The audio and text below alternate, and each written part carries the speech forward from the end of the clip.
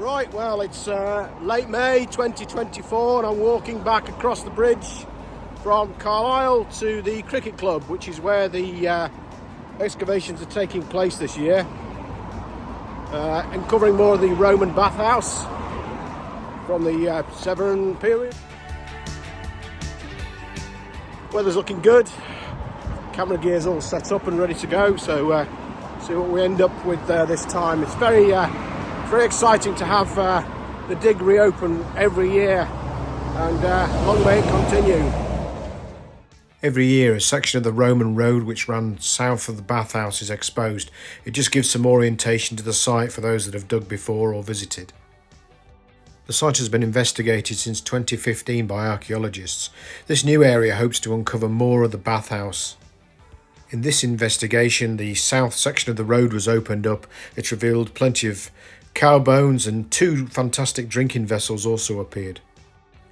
The ghost of a Roman shoe was also found on the road surface. You can still see the rusted hobnails in the surface. Another fantastic find was this amazing enamel brooch which came out from south of the road.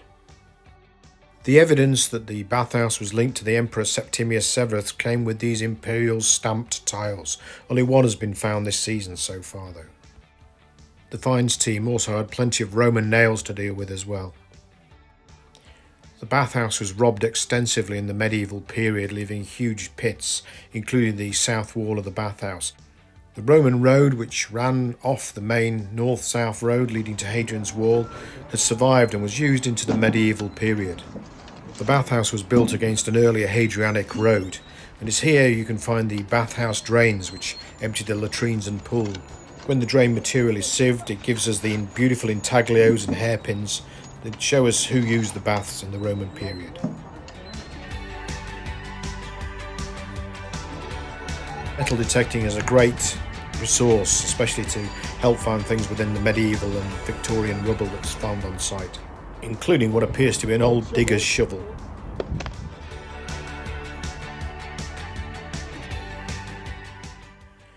It's a complex site to try and untangle.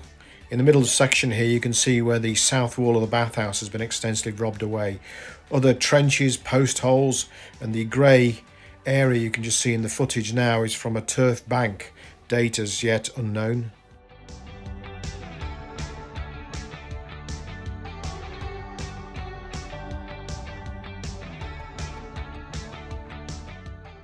Throughout every day of digging, it's teamwork of shifting vast amounts of dirt and rubble that come out of the trenches. Great cooperation between the volunteers and the archaeologists. Everyone takes their turn shifting wheelbarrows and buckets to the spoil heaps. The excavation only covers a small part of the Roman bathhouse.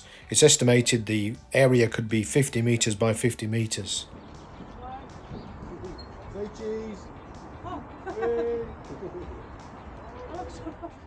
The stone robbers missed this small section of the south wall of the bathhouse you can just see in the trench wall. The robbers left this enormous robber trench, which just gives you an impression of the size of the bathhouse walls, which must have held a substantial two-storey building plus a large vaulted roof.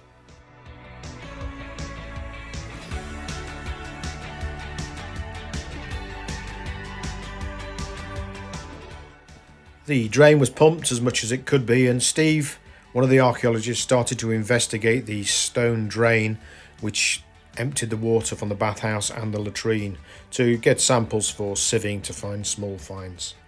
We're fortunate to have this beautiful stone-lined drain still surviving under the soil.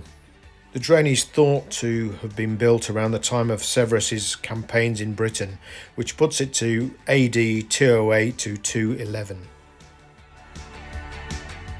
The winter and spring of 2024 was extremely wet and the water table was very high.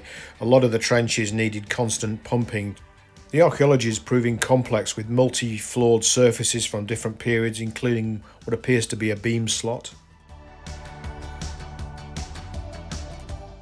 Beginning of June, it felt like winter had returned with a plummeting in temperatures. But in the final week, the Hypocaust floor slowly began to appear from the demolition rubble.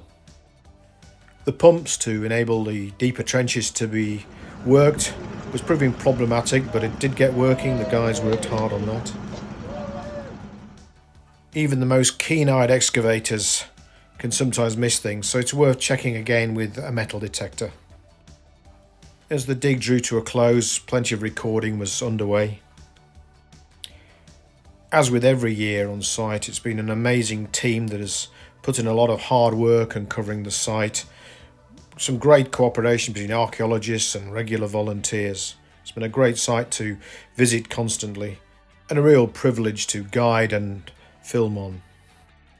Apart from the Hypocaust, the tiles stacks which would have held the raised floor under which the heat would have run, there were plenty of other Roman surfaces to be revealed. Careful planning not only revealed the robbed out south wall but also several corridors behind that. Also in one of the trenches was a section of Roman floor. You can just see the white surface being excavated. The tiles of the Hypocaust were very badly burned and crumbled, so it's thought that they were the closest to the furnace which would have fired the whole bathhouse.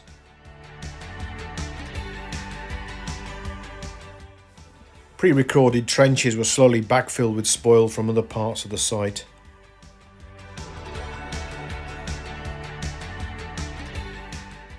Equally important to the excavation were the wet sievers looking for small finds in the drain fill that came out off site, and also the post-ex crew who were washing and grading pottery. I hope you found this little film useful, informative. Any mistakes are purely my own, including interpretations. I'd like to thank Wardle Armstrong Archaeology and the volunteers for letting me film them. You've all been great. Thank you very much.